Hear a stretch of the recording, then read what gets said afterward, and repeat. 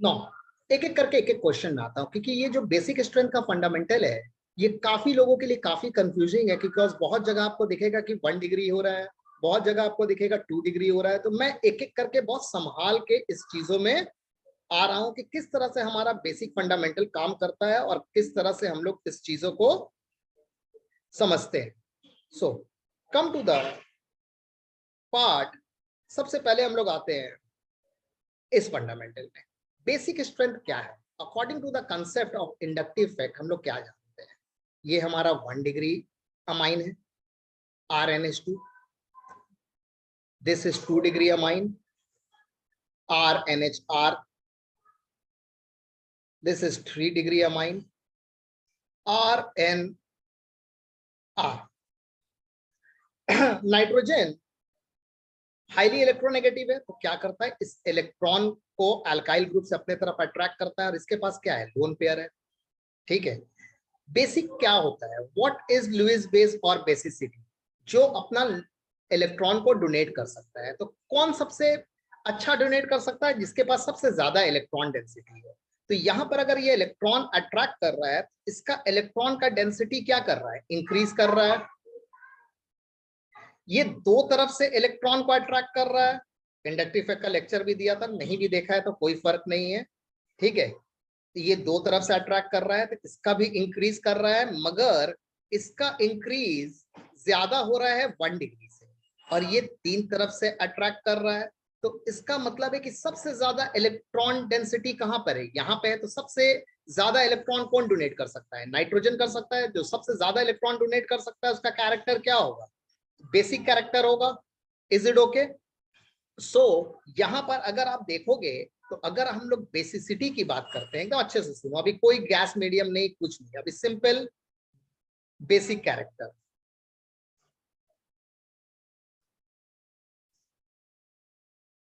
तो सबसे ज्यादा बेसिक कैरेक्टर किसका होगा? 3 degree, then 2 degree, then 1 degree. ये हमारा बेसिक कैरेक्टर का फंडामेंटल है। अब देखो, अब आते हैं, अगर aniline, if aniline are there,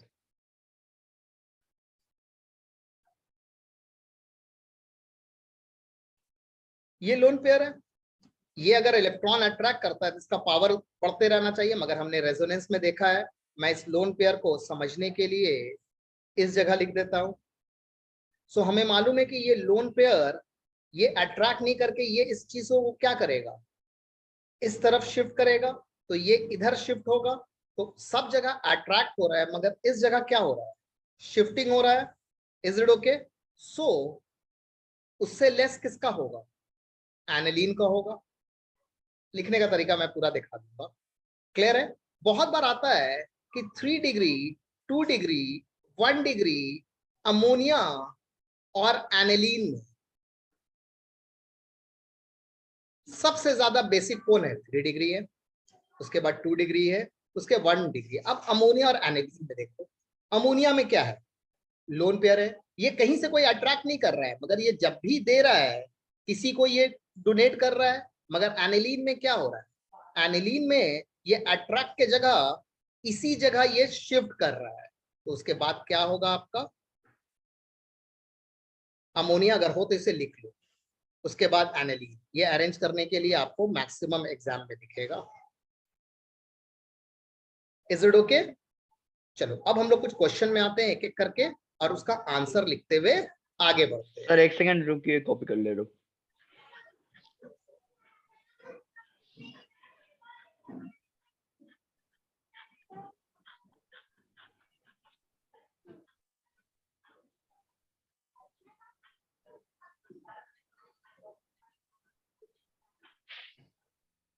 अब आगे मूव कर सकते, लिख लिया। Thank you.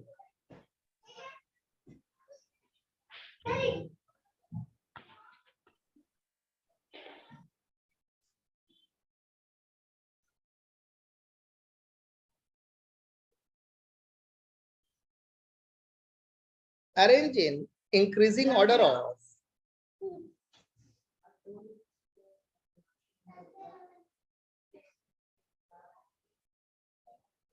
basic strength.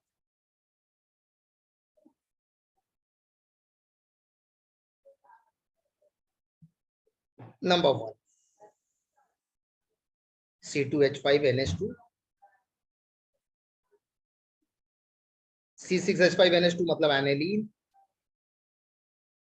Ammonia, C6H5CH2NH2 and C2H5 whole twice NH. Is it okay? Clear है? अब देखो यहां पर आपको फाइंड करना है, this is aromatic, this is 1 degree, this is 1 degree, this is 2 degree, this is ammonia and this is aniline. बहुत लोग बोलेंगे सर ये 1 डिग्री कैसे हो रहा है, यहाँ तो बेंजीन अटैच है। अगर आप इसको सही से देखोगे तो यहाँ पर बेंजीन से डायरेक्ट NH2 अटैच नहीं है, डायरेक्ट NH2 होता तब ये रेजोनेंस होता, ये इस जगह अटैच है। अगर ये इस जगह अटैच है तो ये इलेक्ट्रॉन को अट्रैक्ट कर सकता है, ठीक है।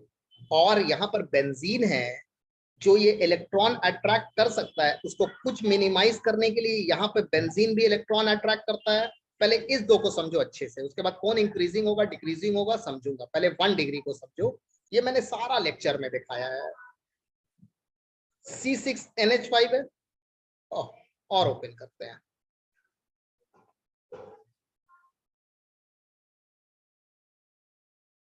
ये NH2 है और ये है, ऐसे करके लिखता हूं समझने के लिए,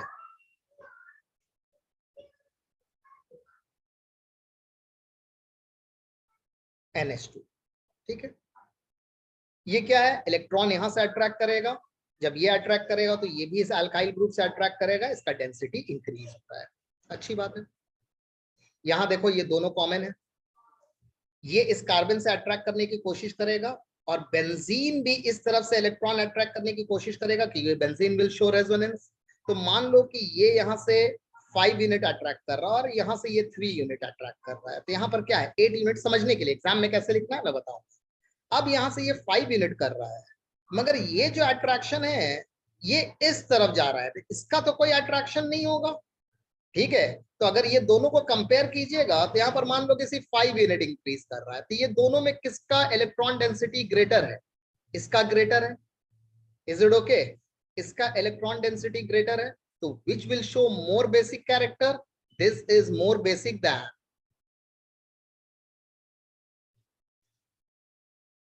मोर बेसिक दैन बेंजाइल अमाइन, ये बेंजाइल ग्रुप है। अब अगर मुझे ये अरेंज करने के लिए देता है तो हमें मालूम है कि इंक्रीजिंग ऑर्डर बोला है ना, मतलब छोटा से बड़ा। मैं पहले सबसे बड़ा लिख लेता हूं, 2 degree C2H5 whole twice NH, ये सबसे बड़ा है। अब ये दो 1 डिग्री में आता है, ये 1 डिग्री में कौन ज्यादा बेसिक है, C2H5 NH2, उसके बाद क्या है C6H5 CH2 NH2, उसके बाद क्या है अमोनिया, और उसके बाद क्या है C6H5NH2। किसी को स्क्रीनशॉट लेना है ले सकते हैं, ऐसे भी ये रिकॉर्डिंग मैं भेज ही दूंगा आप लोगों को, ठीक है, क्लियर है। अब मान लो कि कभी रीजनिंग आ गया, ये अरेंजिंग एंड डिक्रीजिंग ही आता है, मगर अगर रीजनिंग आ गया तो मैं वो रीजनिंग लिखूं, चलो ऊपर। जी सर। Yes sir.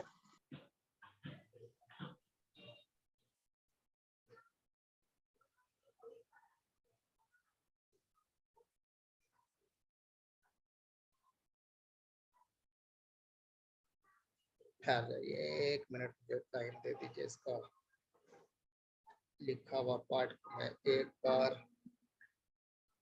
हटा लूं।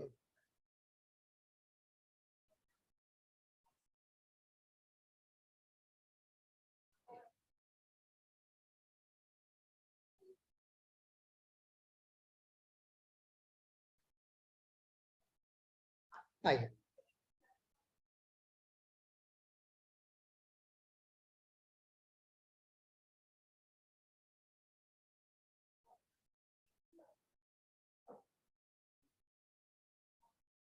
जिस चीज को समझाया है वो इंडक्टिव इफेक्ट है। बस the inductive effect of alkyl, हमने यहाँ पर 5 कंपाउंड लिया है, मैं एक एक करके पहले आ रहा हूं।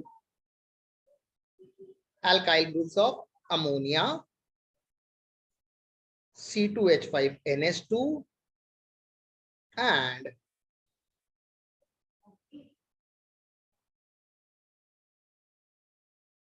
two degree, 1 degree and ammonia can be arranged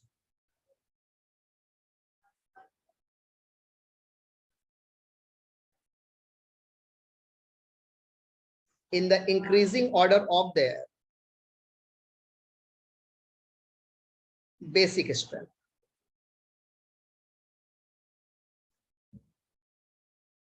such as ammonia से ग्रेटर 1 डिग्री है। इंडक्टिव इफेक्ट क्या है हमें इसका मालूम है, और उसके बारे में कुछ आपको करने की जरूरत नहीं है।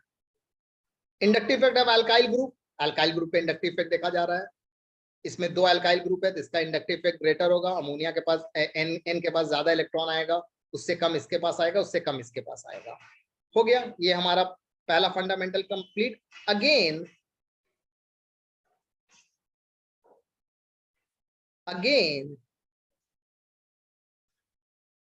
C6H5NH2 has, ठीक है कोई बात नहीं, मैं आके उसमें कर दूंगा। ठीक है रखिए बेटा, मैं क्लास लेके आ रहा हूँ।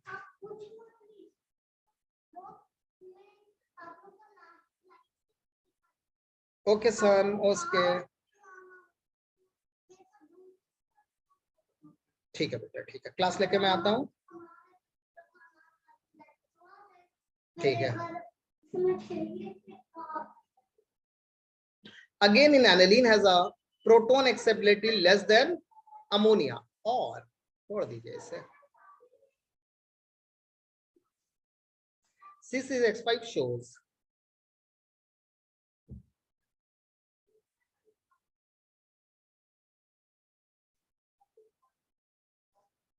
resonance, so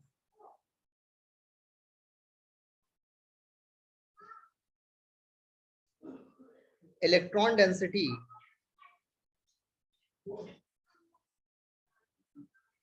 decreases at NH2, therefore अब क्या होगा, नया क्या होगा, C6H5NH2 then ammonia then C2H5NH2 then C2H5 whole twice NH। अब हमारा क्या बच गया है, अब हमें एक और चाहिए, ये चाहिए।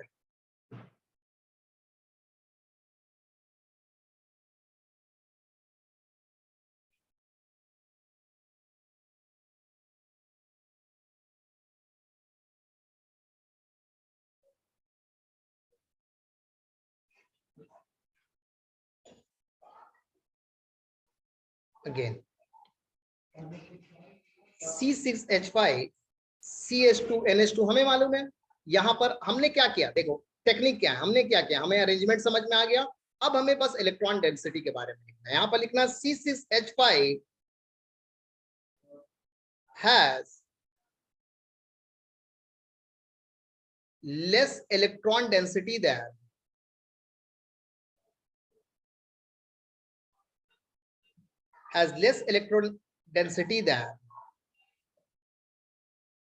C2H5NH2 and more than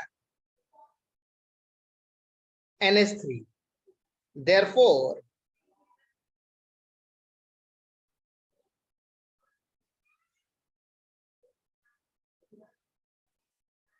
the given compounds can be arranged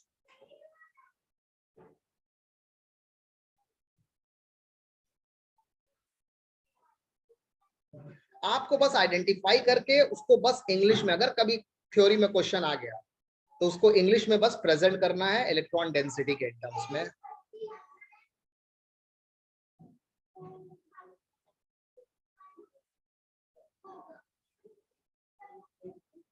the given compound can be arrange in order of the basic strength as, जो हमने लिखा था उसे ही लिख लीजिए पूरा।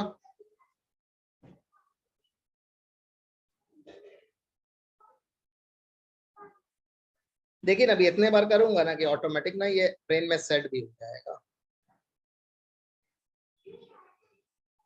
नॉर्मल बेसिक कैरेक्टर, कुछ बात नहीं कर रहा हूँ किस पेज में है, बस नॉर्मल बेसिक कैरेक्टर के बारे में बात कर रहा हूँ। सर ये लिखने के बाद थोड़ा ऊपर कर दीजिएगा तो कॉपी नहीं बिल्कुल होगा कर दूंगा और सर। डिजाइनिंग।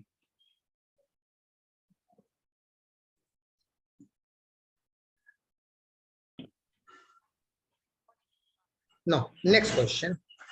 अब देखो, अब यहां से ना थोड़ा सा हम लोगों को कंफ्यूजन शुरू होगा जिसे हमें खत्म करना है, और इसका रीजनिंग को जिस तरह से मैं लिखा रहा हूं एकदम दिमाग में सेट करते हुए जाओ।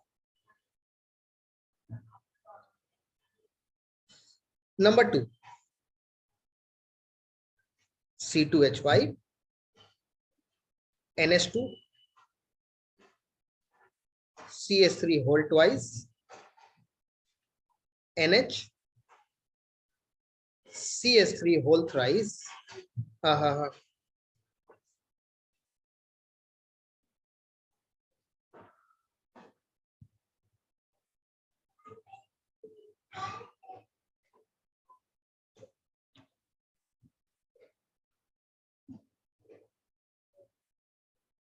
NH2 C2H5 whole twice NH C2H5 whole thrice NH C6H5 NH2।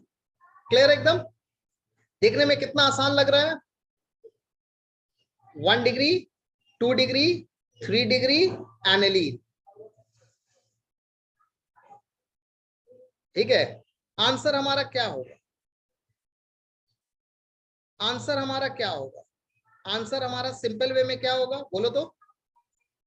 3214। 321 aniline, है ना?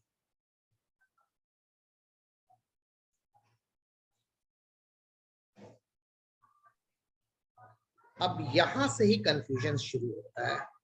अब जिस चीज को बता रहा हूं 10 मिनट बिना कुछ सुन पूछे हुए सिर्फ सुनते जाओ। मेरा काम है 10 भी नहीं 15 मिनट क्रिस्टल क्लियर करना। This is wrong.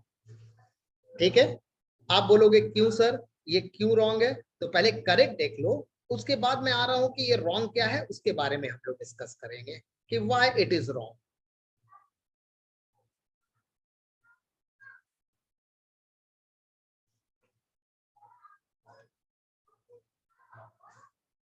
पहले इसका करेक्ट देख लो।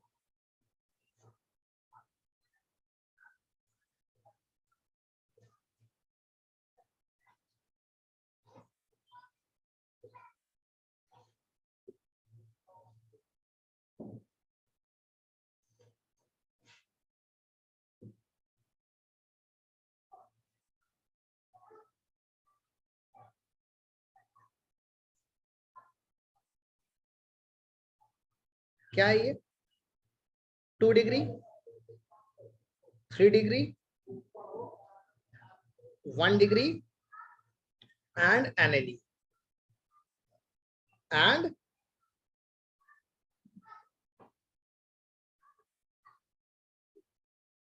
aniline। आप बोलोगे नहीं सर बेसिक स्ट्रेंथ ऐसा नहीं होना चाहिए, अभी आप ही ने एक्सप्लेन किया था कि अगर ये R ऐसा है, ठीक है, तो ये 3 तरफ से इलेक्ट्रॉन गेन कर रहा है, ये 2 तरफ से मैं अल्काइल ग्रुप लेके था, अल्काइल ग्रुप लेके था। अब आ रहा हूं कि अल्काइल ग्रुप अगर इथाइल होगा या मिथाइल होगा तो क्या चेंजेस आएगा, यही इस चैप्टर का सबसे बड़ा कैच है और जहां पर लोगों को कंफ्यूज करता है। सो अगर अल्काइल ग्रुप क्या है ये उसके ऊपर डिपेंड करता है। यहां पर अल्काइल ग्रुप क्या है, इथाइल है, अगर यही अल्काइल ग्रुप मिथाइल होता तब क्या होता, ओंगा। अब ये इस तरह का जो फॉलो कर रहा है इसके पीछे रीजन क्या है? इसके पीछे सिर्फ रीजन इंडक्टिव इफेक्ट का नहीं है, there is something called steric hindrance, there is something called steric hindrance। हम लोग यूएससी पहले क्लास 11। हाँ जीओसी क्लास 11 में हम लोग पढ़े थे, स्टेरिक इंडक्टेंस, रेजोनेंस, एसआईआर, जी जी जी जी, बिल्कुल बिल्कुल। अब यहाँ पर क्या होता हाइपर है, कांजुगेशन एटसेट्रा, वो सब।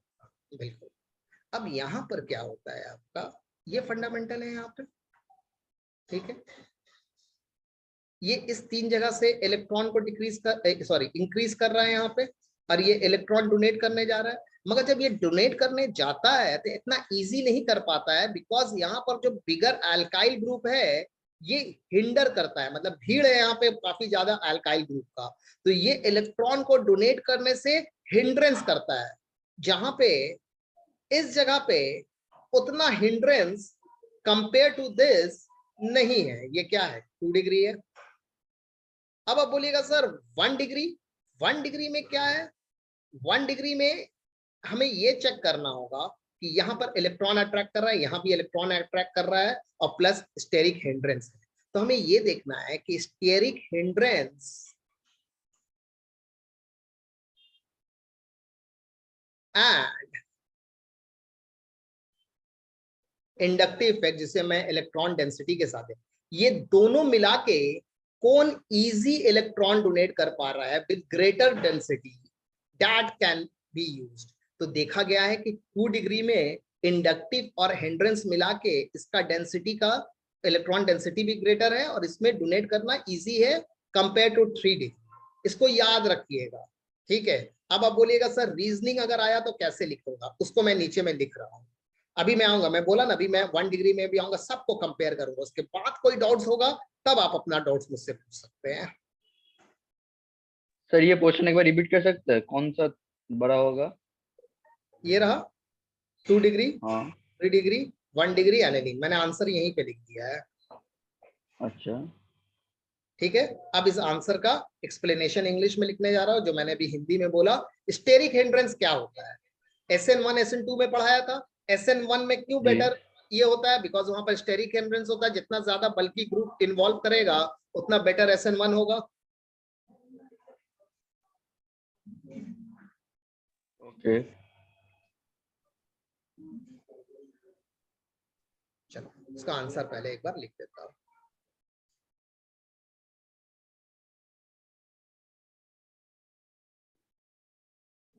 कुछ नहीं करना है, इसे याद कर लिया, अब देखो कैसे करके आंसर लिखना है।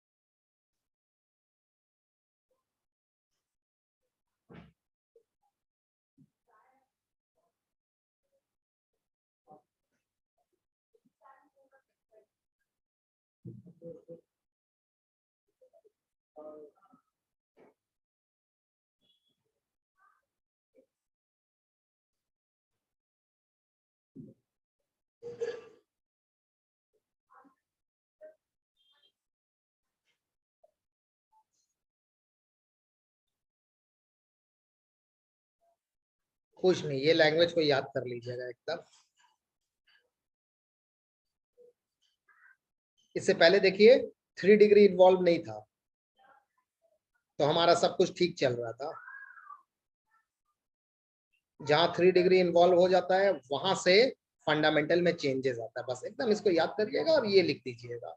आप बोलेगा नहीं मुझे जानना है कैसे होता है, ओपन कीजिए, कोई जरूरत नहीं है बोर्ड्स के लिए, अन्ना नीट के लिए, ठीक है। जी अब एक और क्वेश्चन को देखिए, उसके बाद फंडामेंटल और क्लियर हो जाएगा। नंबर 3। सर ऑर्गेनिक में सबसे ज्यादा वेटेज किस चैप्टर पे है? सब एनिलीन, चैप्टर, सब चैप्टर। अमाइन। देखिए इक्वल है। अमाइन में वेटेज आपको इसलिए ज्यादा नजर आएगा ना, क्योंकि अमाइन सभी चैप्टर से रिलेटेड है, तो आप बोल नहीं सकते। मान लीजिए आपका बेंजीन डाइजोनियम क्लोराइड से आ रहा है, तो बेंजीन डाइजोनियम क्लोराइड तो हमारा 11 के चैप्टर में है, ठीक है। इसमें से आपका अमाइन में HNO2 दे के आ रहा है, तो अमाइन आप जब पढ़ोगे तो आपको कुछ क्या बोलते हैं, इक्वेशन छोड़ के आपको मैक्सिमम कॉमन मिलेगा। Okay sir. ऑर्गेनिक केमिस्ट्री तो जोन कंसीडर करते हैं।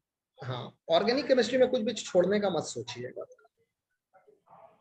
अभी ये हो जाएगा तो मैं थोड़ा एल्डिहाइड कीटोन का भी करूंगा। एल्डिहाइड कीटोन का लेक्चर को खत्म करके रखिए सर। जी। आप देख रहे हो अल्काइल ग्रुप चेंज हो गया है। देखो अल्काइल ग्रुप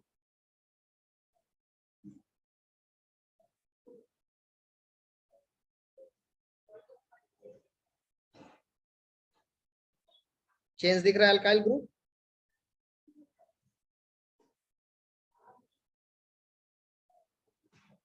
ठीक है, अब इस सभी में इतना मालूम है कि सबसे लास्ट में ये है, क्या बोलते हो?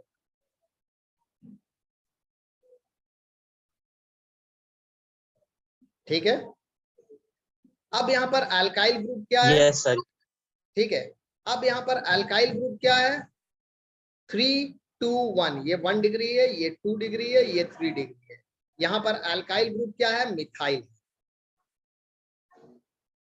और यहां पर अल्काइल ग्रुप क्या था?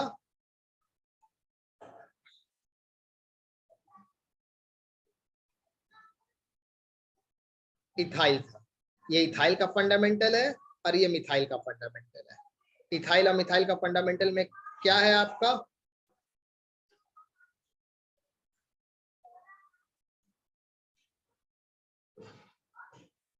पहले 2 डिग्री, 2 डिग्री देखिए सभी में पहले है। उसके बाद यहां पर आएगा लेसर अल्काइल ग्रुप में। उसके बाद हम लोग जनरल अल्काइल ग्रुप में आएंगे। 1 डिग्री,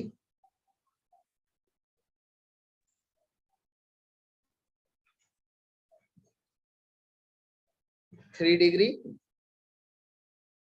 उसके बाद ऑब्वियसली जो 1 डिग्री का ये है आपका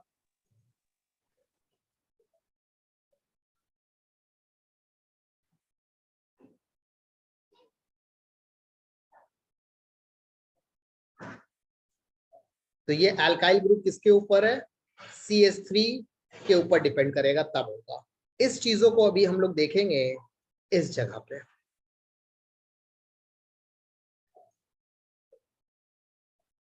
कहाँ गया?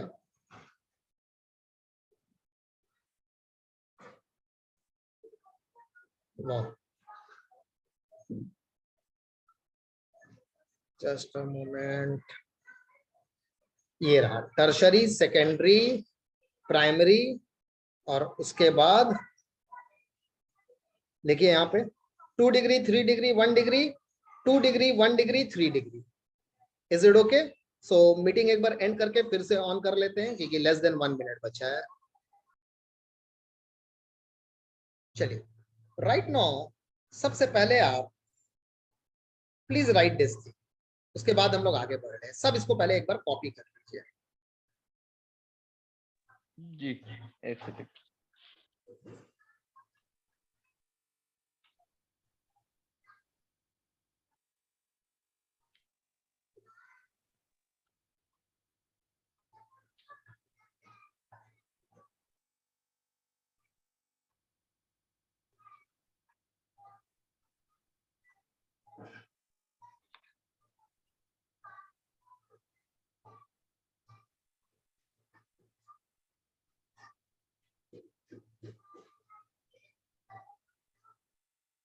हो गया?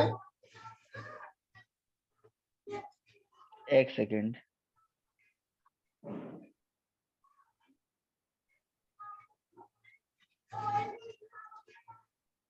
जी, हो गया।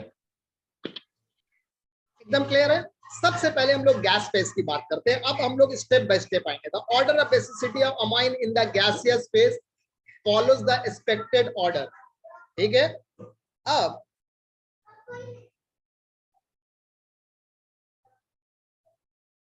the trends is not regular in the aqueous state। ठीक है, aqueous phase में कुछ इंग्लिश में लिखा है। यहाँ पर क्या क्या है जो मैंने आपको बताया है, हम लोग इसमें आएंगे। आइए, सबसे पहला question,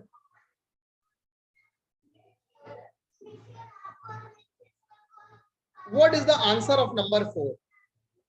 basic strength in gas phase. Basic strength in gas phase वही होगा जो मैंने आपको सिखाया है, 3 degree, 2 degree, 1 degree, and ammonia and then aniline. No more exceptions, no more exceptions. तो गैस फेज का आंसर क्या होगा बता सकते हैं? Yes sir. हाँ बोलिए जल्दी जल्दी जल्दी जल्दी जल्दी जल्दी. C2H5 whole 3N, हाँ then 2H5 whole 2NH, हाँ then उसके बाद C2H5NH2 और then उसके बाद NH3. एकदम क्लियर है, समझ में आ रहा है इसमें? तो अगर गैस फेज लिख दिया है तो बुद्धि यूज नहीं कर. ठीक है. अगर पूछता है reasoning due to inductive effect, as simple as that. और the electron density increases in this less than then decreases this and ammonia. Clear है इसका आंसर नंबर 4 का? ठीक है. अब आता हूं मैं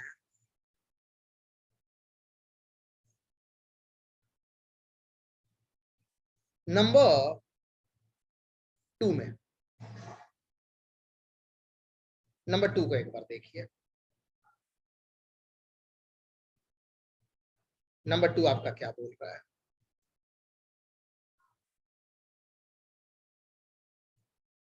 सर ये एक्वस का बोल रहे हैं ना? हाँ कुछ नहीं बोला एक्वस. देखो एक्वस में हमेशा ना 2 डिग्री, 1 डिग्री, 3 डिग्री या 2 डिग्री, 3 डिग्री, 1 डिग्री, यही दो चीज फॉलो होगा. अब ये किस वे में फॉलो होगा वो मैटर करता है अल्काइल ग्रुप के स्ट्रेंथ पे. वो मैटर करता है अल्काइल ग्रुप के स्ट्रेंथ पे. अगर C2H5 होता है तो 2 के बाद 3 आता है, और CS3 होता है तो 2 के बाद 1 आता है. ठीक है. फिर से एक बार रिपीट कर रहा हूं. अगर CS3 होगा तो 2 के बाद 1 आएगा और उसके बाद 3 आएगा. और अगर C2H5 और हायर, C2H5 और हायर अगर होगा तो क्या आएगा? क्या आएगा बोलिए? 2 डिग्री तो हमेशा है सबके साथ. 2 डिग्री, 3 डिग्री, 1 डिग्री. देख सकते हैं यहाँ पे 2 डिग्री, 3 डिग्री, 1 डिग्री. C2H5 और हायर, नॉट एरोमेटिक. इसका भी एक बार फंडामेंटल को देख लेते हैं. इसको सॉल्व करेंगे बिल्कुल.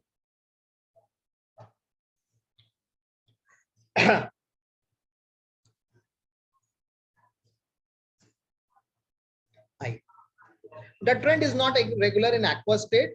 In the aqueous phase, the substituent ammonium cations get stabilized not only by electron releasing inductive at I plus, but also by solvation of water molecule.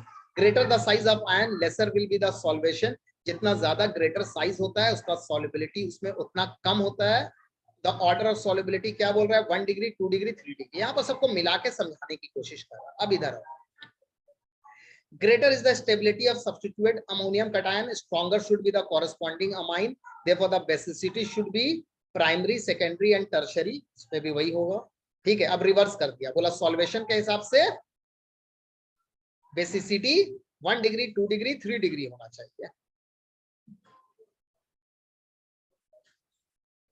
Inductive effect के थ्रू क्या होना चाहिए? 3 डिग्री, 2 डिग्री, 1 डिग्री होना चाहिए. आइए, which is opposite to the inductive effect based order. Secondly, when the alkyl group is small like CS3, there is no steric hindrance to H bond. मतलब कोई steric hindrance नहीं होगा जब hydrogen bond बनेगा अगर CS3 एक छोटा group है. But alkyl group bigger than CS3 group, there is a steric hindrance in H bonding, therefore change the nature of alkyl group, the result in the change of order of basic strength, therefore the substance interplay the inductive effect. मतलब ये तीनों मिला के solvation, steric hindrance, that decide the basicity of alkyl in the aqueous state. The order of basicity of methyl substituted amine and ethyl substituted amine are as follow. तो अगर कोई पूछता है कि why it is like this, तो आप बोलिएगा due to the inductive effect, solvation and steric hindrance of the alkyl group which decides the basic strength of amines in aqueous solution. So it follow like this. देखिए ये ethyl हो या उससे greater हो, क्या है? 2, 3, 1. और मिथाइल में क्या है? 213.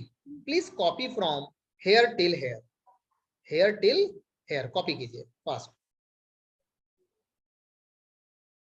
नो, सो हमने वहां तक देख लिया है। एक बार फिर से हम लोग ये जो आपके एनसीईआरटी में लिखा है उसे एक बार देख लेता हूं, ठीक है। यहाँ पर आप पढ़ सकते हैं, काफी कुछ लिखा है, सॉल्वेशन एनर्जी की यूज हो रही है, सब कुछ। जो बच्चे लोग हैं यहाँ पर रिकॉर्डिंग देख रहे हैं उनको मैं बोलूंगा यहाँ से यहाँ पहले एक बार कॉपी कर लीजिए, ठीक है। Inductive effect, solvation effect, steric hindrance, ये तीनों मिला के जो निष्कर्ष निकला है यहाँ पे, वो क्या निकला है हमारा? वो हमारा निकला है कि अगर अल्काइल ग्रुप मिथाइल है तो क्या होगा? 2 डिग्री, 1 डिग्री, 3 डिग्री। और अगर alkyl group greater than methyl है, मतलब इथाइल, प्रोपाइल जो भी है, तो 2 डिग्री, 3 डिग्री, 1 डिग्री। अगर कोई रीजनिंग पूछता है कि अगर बोला अरेंज करने के बाद रीजन पूछा, तो सिंपल लिखेगा inductive effect, solvation effect, steric hindrance of the alkyl group we decide the basic strength of alkyl amine in the aqueous state. बस the following will be follow this thing. एकदम सिंपल, कुछ नहीं। इसको इस 2 लाइन को अच्छे से याद कर लेना as a keyword to answer. अब हम लोग एक क्वेश्चन में आते हैं। Question number 4, gas phase. Simple, gas phase का एक ही फंडामेंटल है, 3 degree, 2 degree, 1 degree, ammonia, aniline. Answer यहां पर आप देख सकते हैं, लिखा है, स्टॉप करके आप चेक कर सकते हैं।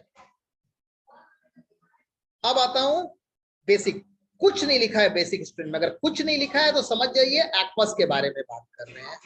This is 1 degree, this is 2 degree, this is 3 degree and this is aromatic। 2 degree तो हमेशा होगा ग्रेटर, ये हमारा सभी केसेस में लिखा हुआ है कि 2 डिग्री का स्ट्रेंथ ज्यादा है।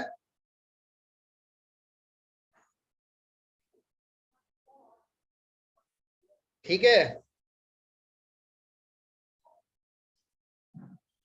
क्लियर है? यही मैंने दिखाया ना अभी। यहां फिर से एक बार देख लीजिए अगर किसी को नहीं समझ में आया है तो।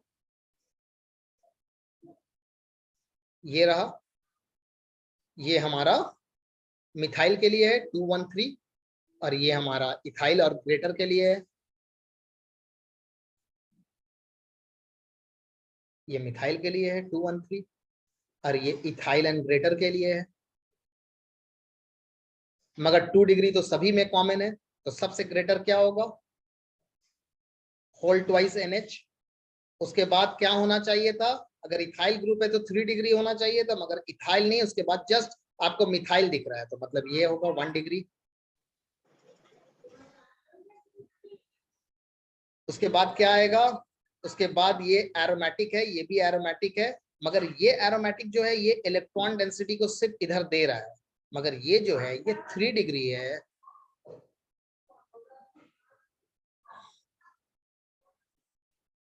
ये अगर इधर दे रहा है तो इस दो तरफ से अट्रैक्ट भी हो रहा है।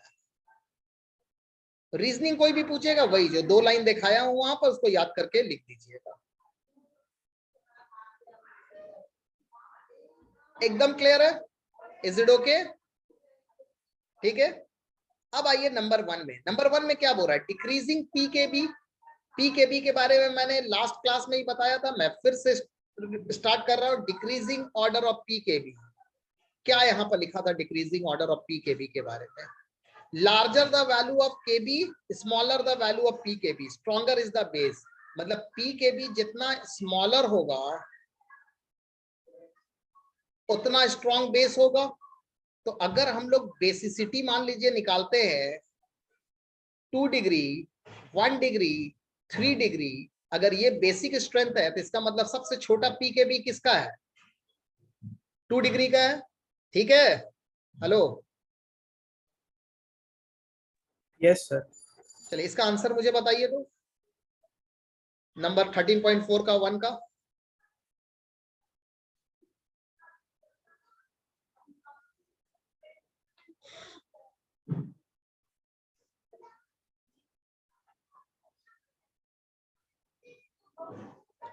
बोलिए। Decreasing order of pKb value, जिस decreasing order of pKb value 3214। 3 to 3214. एक मिनट, 3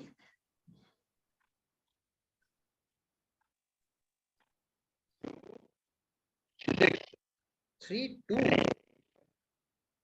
सर ऑपोजिट होगा उसका, ऑपोजिट. हाँ वो ठीक है, हम लोग कर लेंगे. 3 के बाद 2 नहीं आएगा ना, 3 के बाद ये आएगा ना. यहाँ तो एरोमेटिक अटैच हो गया है.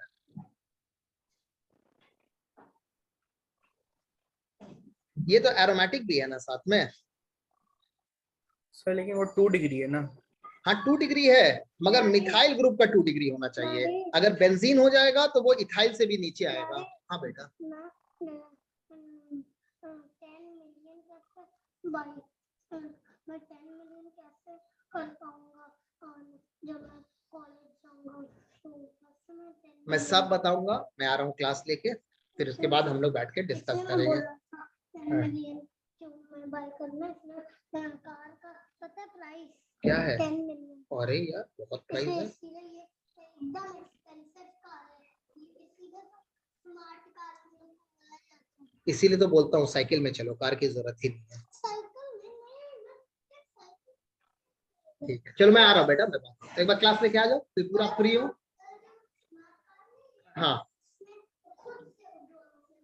हाँ हाँ, ओके ओके, ठीक है.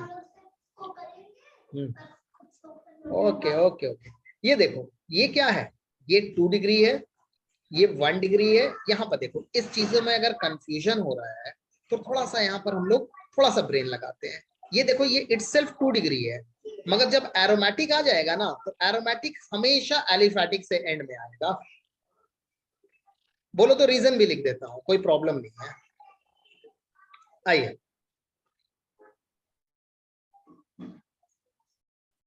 हाँ सर समझ गया. ठीक है. तो ये हमारा क्या होगा? दिस थिंग होगा. तो ये हमारा क्या है? बेसिक स्ट्रेंथ है. इसका मतलब सबसे छोटा पी के बी वैल्यू यहाँ पर किसका है?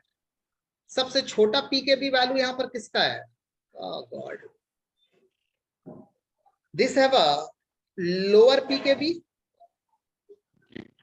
And this has a higher P K B. Agree है? मैं नहीं बोल रहा, आपका बुक बोल रहा है. अब यहाँ पर क्या चाहिए? Decreasing order of P K B. Decreasing मतलब बड़ा से छोटा चाहिए. क्या चाहिए? बड़ा से छोटा. तो सबसे ज्यादा बड़ा वैल्यू क्या है? तो नंबर 1 का जो आंसर है, नंबर 1 का जो आंसर है वो क्या होगा? बड़ा से छोटा को डिक्रीजिंग बोलते हैं ना. तो क्या होगा? C6H5NH2.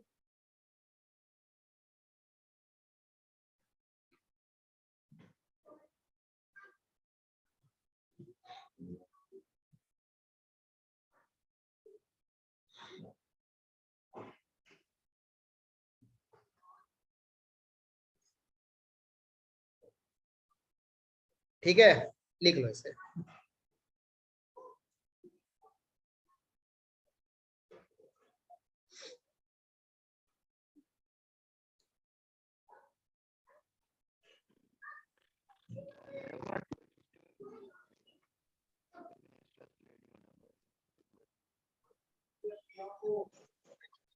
चलिए, in increasing order of basic strength. In increasing order of basic strength क्या है? सबसे पहले हमें पता होना चाहिए कि एनिलीन क्या है. बाद में बेसिक स्ट्रेंथ निकालेंगे, पहले स्ट्रक्चर तो पता हो जाए. Aniline, para nitro aniline.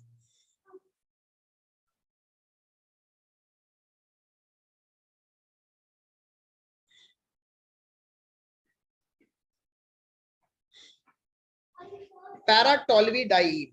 अब इस कंपाउंड में प्रॉब्लम ये है कि अगर आपको मालूम नहीं है कि ये है क्या, then it will be a tough thing. तो इसके लिए आपको ये एनसीईआरटी में जो यहाँ पर दिया हुआ है, ये नेमिंग फॉर्मेट आपको याद रखना होगा, क्योंकि आपके कॉम्पिटिटिव में भी आएगा और बोर्ड्स में भी आएगा. बेसिक एंड एसिडिक स्ट्रेंथ को इंक्रीज एंड डिक्रीज के लिए, तो ये आपको पता होना चाहिए.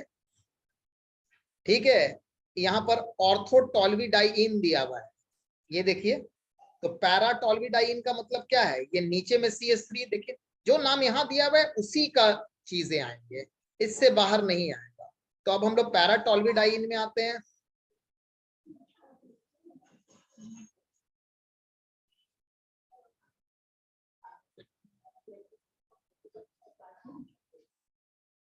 पैरा टॉल्विडाइन क्या होगा? NH2CH3। एक बार इसे ट्राई कीजिए तो, just give me 1 moment. 312 1 minute दे दो, मैं बस 1 मिनट दे दो, मैं आ रहा हूँ जब तक। चलिए, अब हमें अगर इंडक्टिव पे किसी ने देखा है तो, जैसे अनस ने आंसर बताया। अनस, आपने इंडक्टिव पे का मेरा ये लेक्चर देखा है क्या, एनालिटिक वाला? हाँ सर देखे थे शायद। ठीक है, जिन्होंने देखा है डायरेक्ट आंसर, नहीं तो जिन्होंने नहीं देखा है कोई प्रॉब्लम नहीं। ये क्या है? ये चीज है, ये यहाँ पे क्या है? दिस है। और ये यहाँ पर क्या है? हमें क्या जानना है? जिसके पास इलेक्ट्रॉन डेंसिटी ज्यादा है, या जो जितना कम डोनेट कर रहा है उतना ज्यादा उसका स्ट्रेंथ होगा। यही है ना हमारा फंडामेंटल। तो हमारा आंसर क्या आएगा? क्या बोला हमने आंसर? क्या बताया आपने?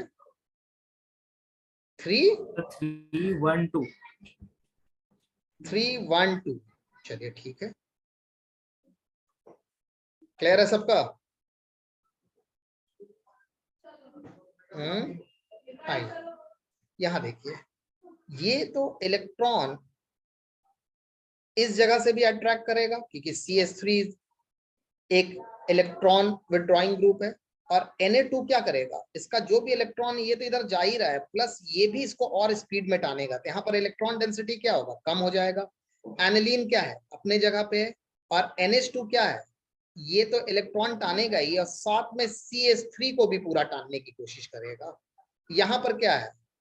ये टानने का दूर की बात है, ये NO2 इसके इलेक्ट्रॉन को और टान देगा। तो अगर मैं इसे A देता हूं, इसे B देता हूं और इसे C देता हूं, तो आंसर क्या होगा? Increasing order of basic strength. तो सबसे ज्यादा बेसिक स्ट्रेंथ किसका होगा? C का, उसके बाद A का, उसके बाद B का। ठीक है, अगर आप चाहो तो मैं आंसर भी लिख दे रहा हूं इसका। ठीक है,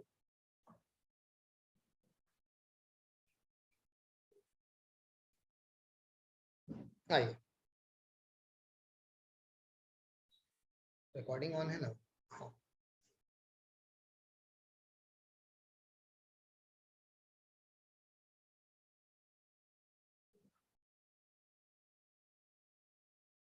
In para-toluidine,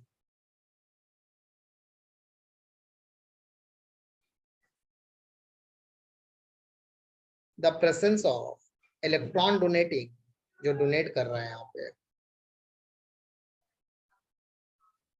सॉरी मैंने विड्रॉइंग बोल दिया था, donating CH3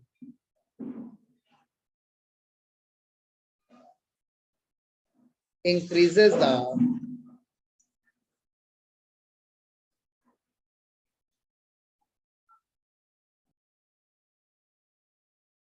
this is the answer. आप लोग एक बार इसे कॉपी कर लोगे यहाँ से, या स्क्रीनशॉट ले लोगे।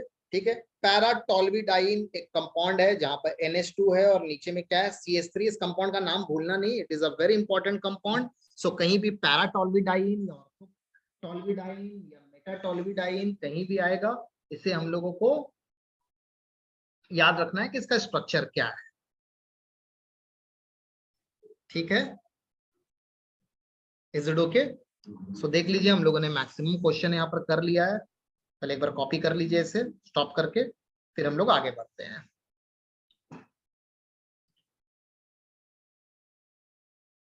चलिए, थैंक यू।